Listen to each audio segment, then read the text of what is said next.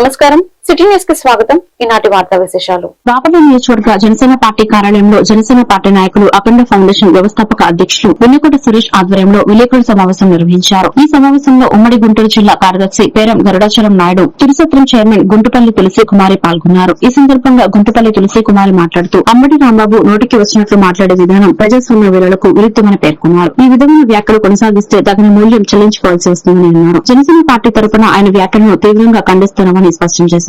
అందరికీ నమస్కారం అండి. నిన్న అంబటి రాంబాబు గారు గౌరవ ముఖ్యమంత్రి గారు చంద్రబాబు నాయుడు గారిని చాలా దుర్భాషలాడుతూ మాట్లాడినటువంటి మాటల్ని మేము తీవ్రంగా ఖండిస్తూ, వైసీపీ పార్టీలో ఉన్నటువంటి మినిస్టర్స్ ఆ విధంగా మాట్లాడే పోయినసారి 11 సీట్లకే పరిమితం అయ్యారు. ఇంకా మీకు జ్ఞానోదయం అవ్వలేదు, ఒక హోందాగా మాట్లాడదాము అనేది లేకుండా మీరు ఎప్పుడు ఏ చిన్న సంఘటన జరిగినా కానీ అనుచితమైన వ్యాఖ్యలు, ముఖ్యమంత్రి అని లేదు, ఎవరని లేదు, మీకు ఆ విధంగా మాట్లాడి ఇంకా మీరు ప్రజల్లో దిగజారిపోయి నెక్స్ట్ ఎలక్షన్స్ వచ్చేటప్పటికి వైసీపీ పార్టీని కనుమరుగు చేసే విధంగా ఉంది మీ యొక్క ఈ విధంగా చేయడం వల్ల.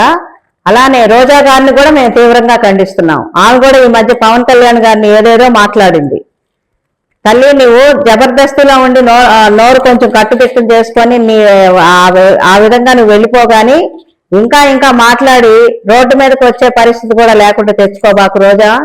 అలానే అంబటి రాంబాబు గారు ఇంకా మినిస్టర్లు అందరూ కూడా నిబద్ధతో మాట్లాడాలని, మాట్లాడేటప్పుడు ఆచితూచి మాట్లాడి గౌరవప్రదంగా ఉండాలని.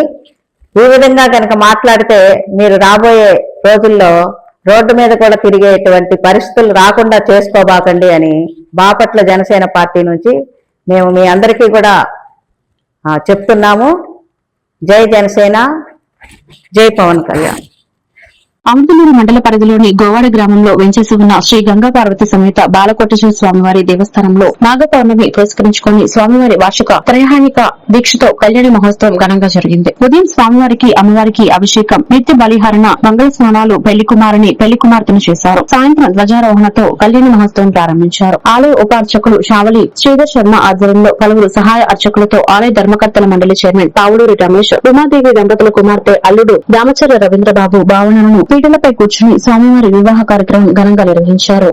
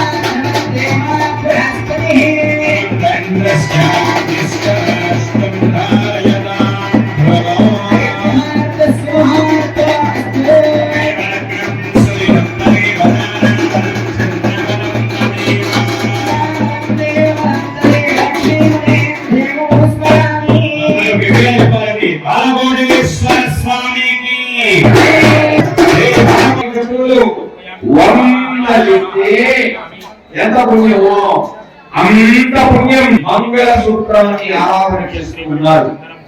సూత్రం అంటే ఆధారభూతమైన భాషగా చెప్తారు. సూత్రం బాగుండాలి.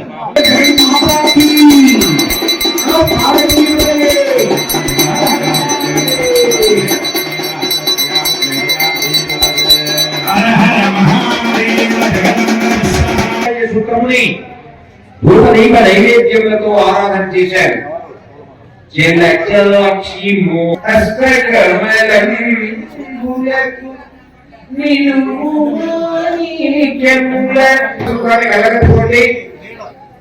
జగన్మాతాకి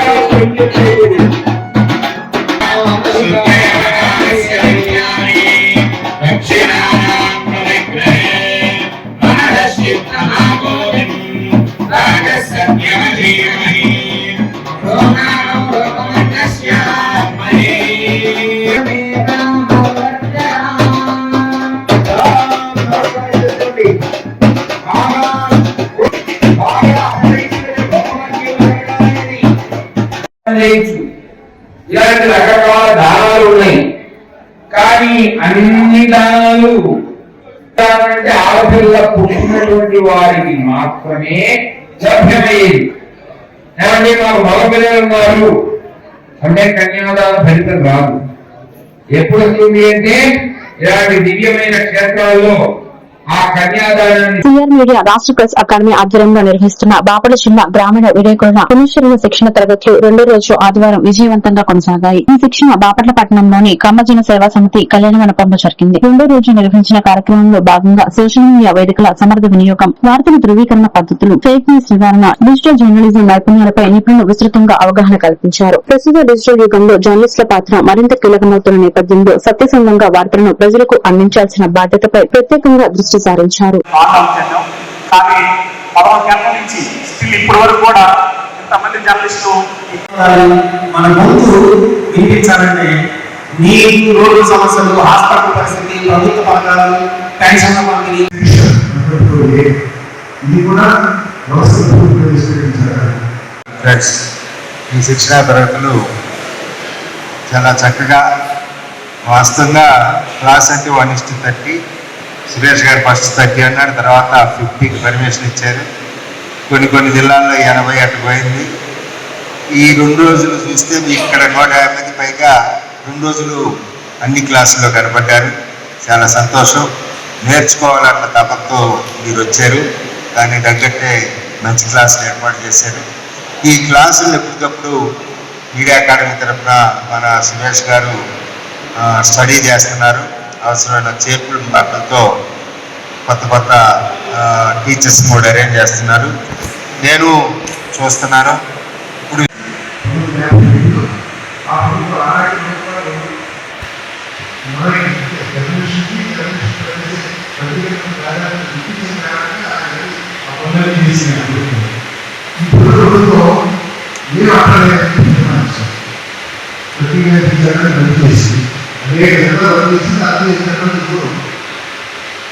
నాలుగు కోర్స్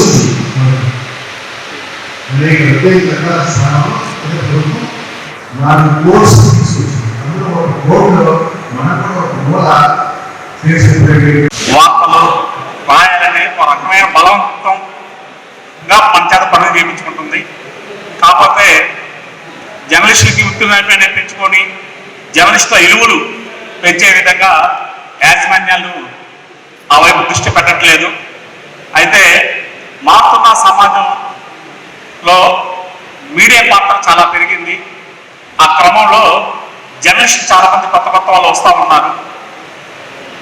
ఈ కొత్త రావడం వల్ల, టెక్నాలజీ పెరగడం వల్ల అనేక తప్పులు జరుగుతూ ఉన్నాయి. దానివల్ల మంచి వ్యక్తులు కూడా చెడ్డ పేరు వచ్చే ప్రమాదం పొంచి ఉంది. ఈ క్రమంలో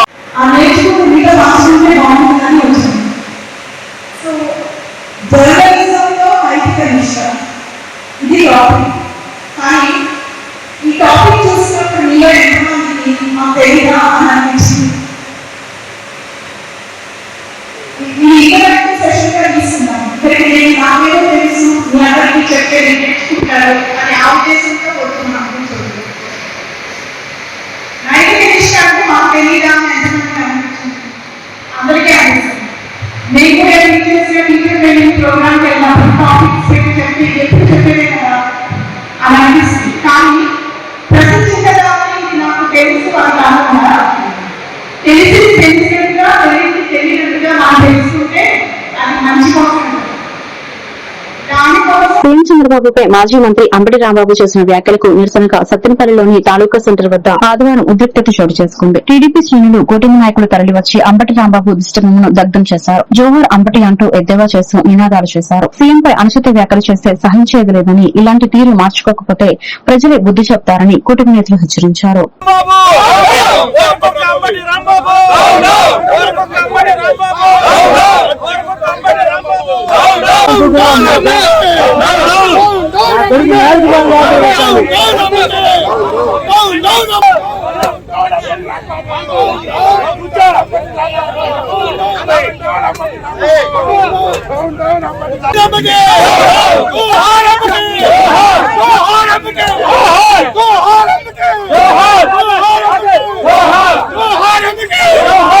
Go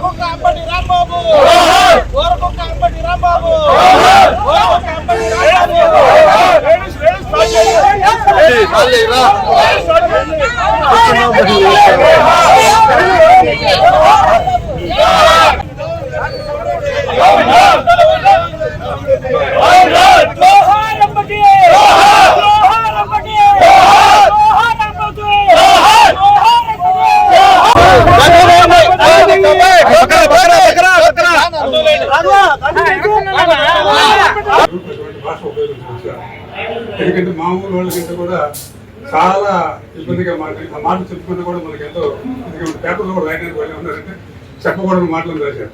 అటువంటి మాటలు మాట్లాడి మరి అసలు భయపడతారేమో, జనాన్ని భయపెట్టారేమో, ఒక రౌడీ లాగా ప్రవర్తించినందుకు తిరుమల లడ్డు వివాదంపై కూటమి నేతలు ప్రభుత్వం డైవర్షన్ పాలిటిక్స్ చేస్తోందని సత్తెనపల్లి వైసీపీ నేతలు మండిపడ్డారు. రాజకీయ ప్రయోజనాల కోసం ప్రజలను తప్పుదోవ పట్టిస్తున్నారని విమర్శించారు. ల్యాబ్ రిపోర్టుల్లో జంతువుల కొవ్వు కలిసినట్లు ఎక్కడా రుజువు కాలేదని సుప్రీంకోర్టు వ్యాఖ్యలే ఇందుకు నిదర్శనమని వారు పేర్కొన్నారు. ప్రభుత్వ వైఫల్యాలను కప్పిపుచ్చుకోవడానికి ఇలాంటి ప్రచారాలు చేస్తున్నారని ధ్వజమెత్తారు.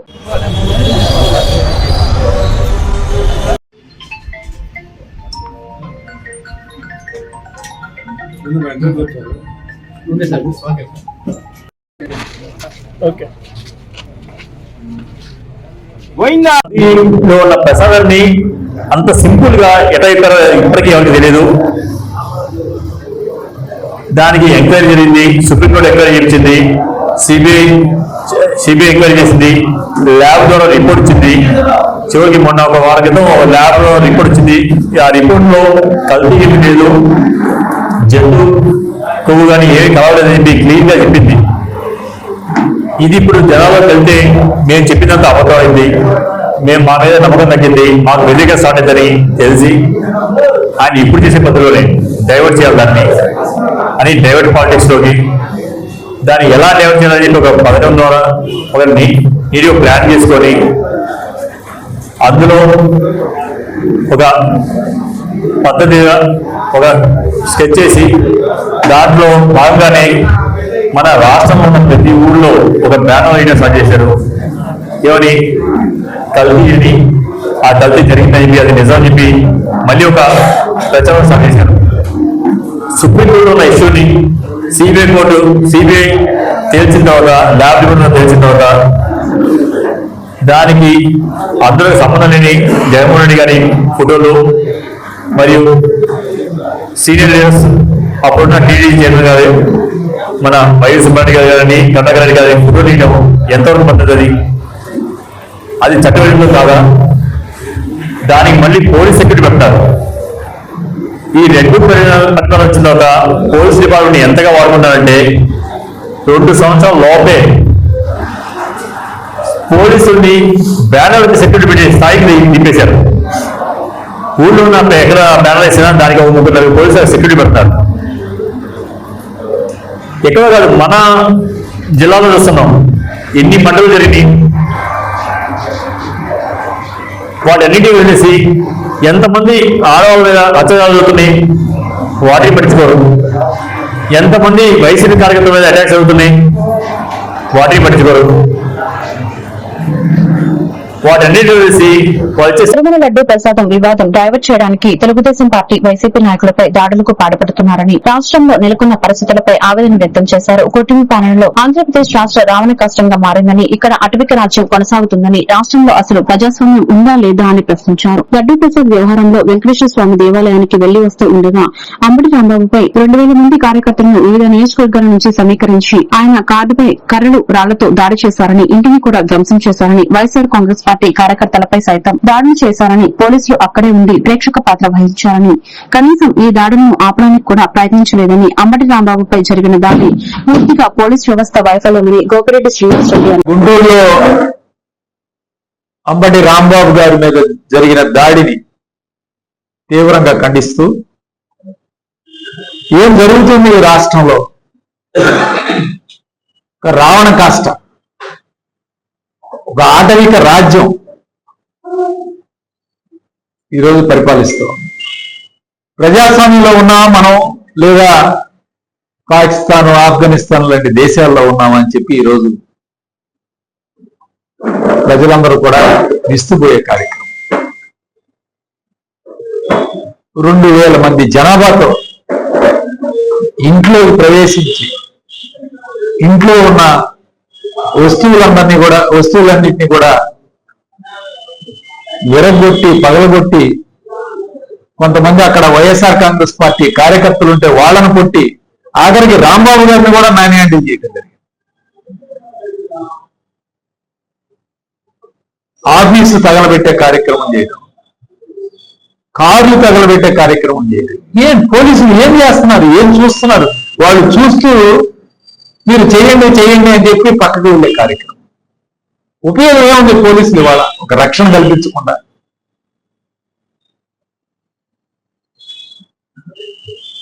నిన్న వినుకొండలో, మొన్న చిలకలూరిపేటలో, అంతకుముందు గురజాల్లో ప్రతి వెళ్ళాడు. ఓకే, రెచ్చగొట్టే మాటలు మాట్లాడారు. ఆయన కారు మీద పిడుగు తిరుగుద్ది దాడి చేశారు. దాడి చేసిన నేపథ్యంలో ఆయన మాట ఆవేశంతో మాట్లాడటం జరిగింది. జరిగిన తర్వాత ఆయన మళ్ళీ 3 గంటలకి ప్రెస్ మీట్ పెట్టి నేను మాట్లాడకూడదు ఇలాంటి మాటలు అని క్షమాపణ చెప్పాడు. తప్పు ఒప్పుకున్నాడు, తప్పు చేశానని చెప్పి ఆయనే స్వయంగా ప్రెస్ మీట్ పెట్టి తప్పు అని ఒప్పుకున్నాడు. అయినా సరే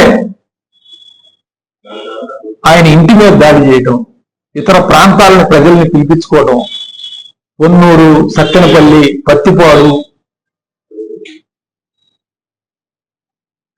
మిగిలిన నియోజకవర్గాలన్నింటి నుంచి కూడా 2,000 నుంచి 3,000 మంది ఆయన ఇంటి మీదకి వెళ్ళి దాడి చేసే కార్యక్రమం. ఇంట్లో కుటుంబ సభ్యులు ఉన్నారు, మహిళలు ఉన్నారు. ఏం జరుగుతుందనే ఆలోచన కూడా లేకుండా ఈ విధంగా ఒక దమనకాండ సృష్టించే కార్యక్రమం చేయటం, ఇది ప్రజాస్వామ్యంలో ఇలాంటి చర్యలు జరిగినప్పుడు ఖచ్చితంగా ప్రతిచర్యనే ఉంటుంది. అవి ఎక్కడ దాకా వెళ్తాయని చెప్పి ఈరోజు ఆంధ్ర ప్రజలు ఆలోచన చేయాలి. ఎంత దూరం వెళ్తాయి ఇలాంటి కార్యక్రమాలు? భవిష్యత్తులో ఎంతో మంది. నర్సరావుపేట పట్టణానికి చెందిన నాగభూషణం చీమిలిమర్రి గ్రామంలో కార్యక్రమానికి హాజరై తీసుకుని ఆటోలో నర్సరావుపేట వస్తున్న క్రమంలో నర్సరావుపేటకి చేరుకున్న తర్వాత ఆటో దిగే క్రమంలో ఫోన్ రావడంతో మాట్లాడుతూ చేతిలో ఉన్నటువంటి బ్యాగ్ ని ఆటోలో మర్చిపోవడం జరిగింది. బ్యాగ్ లో బంగారం ఉంది. కొద్ది సమయం తర్వాత చేతిలో ఉన్నటువంటి బ్యాగ్ ను ఆటోలో మర్చిపోయానని గమనించి వెంటనే నర్సరావుపేట టూటౌన్ పోలీసులకు ఫిర్యాదు చేయడం జరిగింది. ఫిర్యాదు స్వీకరించి హుటాహుటిన తమ సిబ్బందితో కలిసి పట్టణంలో ఉన్నటువంటి ఆటోలను అన్నింటినీ తనిఖీ చేసే క్రమంలో మల్లమ్మ సెంటర్ లో ఒక ఆటో డ్రైవర్ వచ్చి నిజాయితీగా ఆటోలో బ్యాగ్ మర్చిపోయారని చెప్పడం జరిగిందని, వెళ్లి బ్యాగ్ ని తనిఖీ చేయగా బంగారం బ్యాగ్ లో ఉందని టూటౌన్ సీఐ ప్రభాకర్ తెలియజేశారు. పోగొట్టుకున్నటువంటి బంగారాన్ని బాధితులు తిరిగి 24 గంటల్లో అందచేయడం జరిగిందని పేర్కొన్నారు. ఈ సమావేశంలో Narasaraopet two town CI Prabhakar, SI Sundar Rajan, మహిళా ఎస్ఐ యష్మ పాల్గొన్నారు. అక్కడి నుంచి కోట సెంటర్ లో దిగారు. ఈరోజు ఉదయం నాగభూషణం అనే వ్యక్తి చీమలమర్రి విలేజ్ లో వాళ్ళ బావగారు చనిపోయింటే కార్యక్రమం అటెండ్ అయ్యి అక్కడ నుంచి గోల్డ్ తీసుకుని నర్సరావుపేట వచ్చి బ్యాంక్ లో లోన్ పెట్టేసి తన అవసరాల నిమిత్తము వాడుకోవడానికి లోన్ పర్పస్ రావడం జరిగింది. నర్సరావుపేటకి వచ్చే క్రమంలో అతను ఆటోలో రావడం జరిగింది. ఆటో దిగేటప్పుడు అతనికి ఒక ఫోన్ వచ్చింది. ఈ ఫోన్ మాట్లాడుకుంటూ చేతిలో ఉన్నటువంటి బ్యాగ్ ని, ఈ గోల్డ్ సంచి ఉన్నటువంటి బ్యాగ్ ని ఆటోలో బ్యాక్ సైడ్ పెట్టేసి మర్చిపోవడం జరిగింది. వెంటనే ఇతను ఈ ఫోన్ మాట్లాడుకుంటూ దిగేసి అతను వెళ్ళిపోయాడు. ఒక 15 మినిట్స్ తర్వాత అతను చేతిలో సంచి చూసుకుంటే అది మిస్ అయినట్టు అతనికి అనిపించి వెంటనే నర్సరావుపేట టూటౌన్ పోలీస్ స్టేషన్ కి వచ్చేసి ఇట్లా బ్యాగ్ ని ఆటోలో పెట్టి మర్చిపోవడం జరిగింది. దాంట్లో గోల్డ్ ఉంది, గోల్డ్ వర్త్ రేట్ దాదాపు 10 lakhs ఉంటుందని చెప్పేసి మనకి ఒక చెప్పగా వెంటనే నేను ఉమెన్ ఎస్ఐ యష్ణ మరియు ఎస్ఐ సౌందర్ రాజు నేను టీమ్స్ తోటి టౌన్ లో ఉన్నటువంటి ఆటోలన్నింటినీ వెరిఫై చేసి చెక్ చేయగా అది మల్లమ్మ సెంటర్ లో ఆటోలో బ్యాక్ సైడ్ చెక్ చేస్తూ ఉంటే మల్లమ్మ సెంటర్ లో బ్యాక్ సైడ్ ఉన్నటువంటి ఆటో మనం చూసేసి పక్కకు వచ్చి ఆపడం జరిగింది. ఆటో అతను కూడా నిజాయితీగానే సార్ ఆ వెనక బ్యాగ్ మర్చిపోయారని చెప్పగా మనం వెళ్ళి చెక్ చేస్తున్నప్పుడు ఆ బ్యాగ్ దొరికింది. ఆ బ్యాగ్ లో ఉన్నటువంటి 10 లక్షల రూపాయల గోల్డ్ బాధితుడికి వెంటనే అందివ్వడం జరిగింది. మహాశివరాత్రి పర్వదినం నేపథ్యంలో పల్నాడు జిల్లాలోని ప్రముఖ శైవక్షేత్రం కోటప్పకొండ త్రికోటేశ్వర స్వామివారి వార్షిక తిరుమల మహోత్సవానికి విస్తృత ఏర్పాట్లు ప్రారంభమయ్యాయి. ఈ సందర్భంగా ఆదివారం ఆంధ్రప్రదేశ్ బీసీ వెల్ఫేర్ శాసనసభ్యుల కమిటీ సభ్యులు నర్సరావుపేట ఎమ్మెల్యే డాక్టర్ చదరవాడ అరవింద్ బాబు పారిశుద్ధ్య పనులను అధికారికంగా ప్రారంభించారు. తిరుమలకు లక్షలాది మంది భక్తులు తరలివచ్చే అవకాశం ఉన్నందున ఎలాంటి ఇబ్బందులు లేకుండా అన్ని సదుపాయాలు కల్పించాలని అధికారులకు ఆయన స్పష్టం చేశారు. ఈ సందర్భంగా ఎమ్మెల్యే మాట్లాడుతూ కోటప్పకొండ తిరునాళ్లు రాష్ట్ర వ్యాప్తంగా ప్రత్యేక గుర్తింపు పొందిన ఆధ్యాత్మిక వేడుకని భక్తులకు స్వచ్ఛమైన సురక్షితమైన వాతావరణం కల్పించడం ప్రభుత్వ బాధ్యత అని తెలిపారు. సమిష్టి కృషితో తిరునాళ్లను విజయవంతం చేయాలని ప్రతి శాఖ సమన్వయంతో పనిచేయాలని అధికారులను ఆదేశించారు. అదేవిధంగా భక్తులందరికీ కూడా మహాశివరాత్రి శుభాకాంక్షలు. మరి నర్సరావుపేటలో ఉమ్మడి కుటుంబ నాయకులు, కార్యకర్తలు, మహిళలందరం కూడా వాళ్ళ కోటప్పకొండ మీదే ఉన్నాము. మరి శివరాత్రి ఫిబ్రవరి 15వ తేదీన కాబట్టి అందరం కూడా పోయిన సంవత్సరం కూడా అందరం కూడా కష్టపడి ఇది మన కొండ మన పండగ ఈ కార్యక్రమంలో మేమందరం కూడా ప్రతి అడుగు మేము శుభ్రం చేసుకోవడం జరిగింది. అంతకుముందు 2019-24 మధ్యలో మరి ఎక్కడ పెట్టినా కానీ చెత్త చెదారం పెరిగిపోవటం, శుభ్రత లేదు. ఆ కార్యక్రమాన్ని బాగు చేసుకోవడానికి శుద్ధి కార్యక్రమాన్ని చేసి ఉమ్మడి కుటుంబ నాయకులు, కార్యకర్తలు, మహిళలు అందరూ కూడా పోయిన సంవత్సరం దీన్ని బాగా చేసుకోవడం జరిగింది. మరి పోయిన సంవత్సరం కూడా దాదాపు 40 కరెంటు ప్రభలు రావడం జరిగింది. అదేవిధంగా భక్తులు కూడా దాదాపు 25 లక్షల మంది మరి కోటప్పకొండ పండగ రావడం జరిగింది. అదేవిధంగా కొండ మీద ఆదాయం కూడా చాలా బాగా పెరిగింది. ఈసారి కూడా కొండ ఆదాయం పెరగాలనే ఆలోచనతో విఐపి టోకన్లు కూడా తీసేయడం జరిగింది. దర్శనం చేసుకునే వాళ్ళు ప్రతి ఒక్కళ్ళు కూడా విఐపీలు ఎవరు ఉన్నా వాళ్ళందరూ కూడా 500 రూపాయలతోటి అభిషేకం టికెట్లు కొనుక్కొని దర్శనం చేసుకోవాలి. ఈ కార్యక్రమాన్ని మరి ఎండోమెంట్ మినిస్టర్ గారు, కమిషనర్ గారు దీన్ని అమలు చేయడం జరిగింది. ఈ కార్యక్రమంలో మన ప్రీతమ నేత నారా చంద్రబాబు నాయుడు గారు ముఖ్యమంత్రి అయిన తర్వాత మరి డిప్యూటీ సీఎం గా పవన్ కళ్యాణ్ గారు వచ్చిన తర్వాత మరి ప్రతి కార్యక్రమాన్ని, ప్రతి కొండ పండుగని ఘనంగా చేసుకుందామనే ఆలోచనతోటి ప్రభుత్వం కూడా మాకు నిధులు మంజూరు చేయడం జరిగింది. పోయిన సంవత్సరం ఈ కోటప్పకొండకి 70 లక్షలు బకాయిలు ఉంటే వాటిని కూడా ప్రభుత్వమే ఆ బాక్యం తీర్చడం జరిగింది. అదేవిధంగా ఈ సంవత్సరం కూడా 20 లక్షలు 30 లక్షల దాకా కొండ పండగకి కోటేశ్వరం టెంపుల్ కి మాకు డొనేట్ చేయడం జరుగుతుంది. మరి 4వ తేదీన ఉదయం 11 గంటలకు గుట్టుపాటి రవికుమార్ గారు, అదేవిధంగా ఎండోమెంట్ మినిస్టర్ గారు, కలెక్టర్ ఆధీనంలో అందరం కూడా ఆధ్వర్యంలో మరి కమిటీ మీటింగ్ జరుగుతా ఉంది. కొండ పండుగ ఏ విధంగా చేయాలి, కోటేశ్వరం పండుగ అంటే విపరీతమైన భక్తులు వస్తారు. అదేవిధంగా ట్రాఫిక్ విపరీతంగా ఉంటుంది. ట్రాఫిక్ జామ్ లేకుండా, అదేవిధంగా మంచినీటికి ఇబ్బంది లేకుండా భక్తులకు సౌకర్యాలు కల్పిస్తూ ఎక్కడ పెట్టినా అన్ని చోట్ల మరి వాష్రూమ్స్ కూడా కొత్తగా కట్టుకుంటా ఉన్నాం. కాబట్టి మన జమీందార్ గారి ఆధ్వర్యంలో మరి కోటేశ్వరం పండుగ మహాశివరాత్రి చాలా ఘనంగా జరుగుతుంది.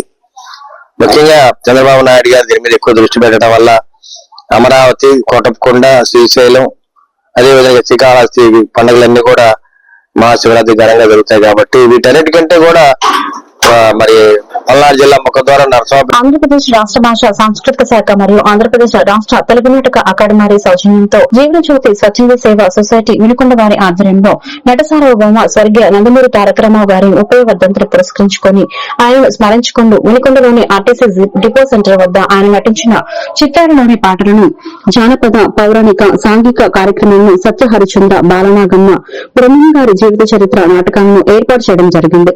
ఈ కార్యక్రమంలో ముఖ్య అతిథిగా విచ్చేసిన వినుకొండ మార్కెట్ యార్డ్ చైర్మన్ మీసాల మురళీకృష్ణ యాదవ్ ఎన్టీఆర్ చిత్రపటానికి పూలమాలలు వేసి కార్యక్రమాన్ని ప్రారంభించారు.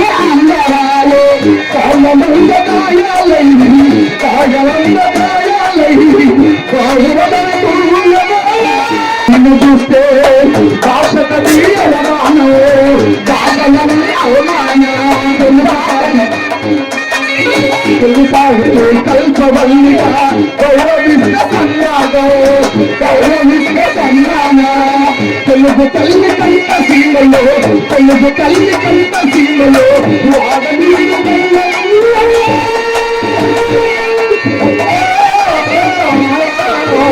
తెలుగు తల్లి కంట సీమలో వాడని చిరంజీవి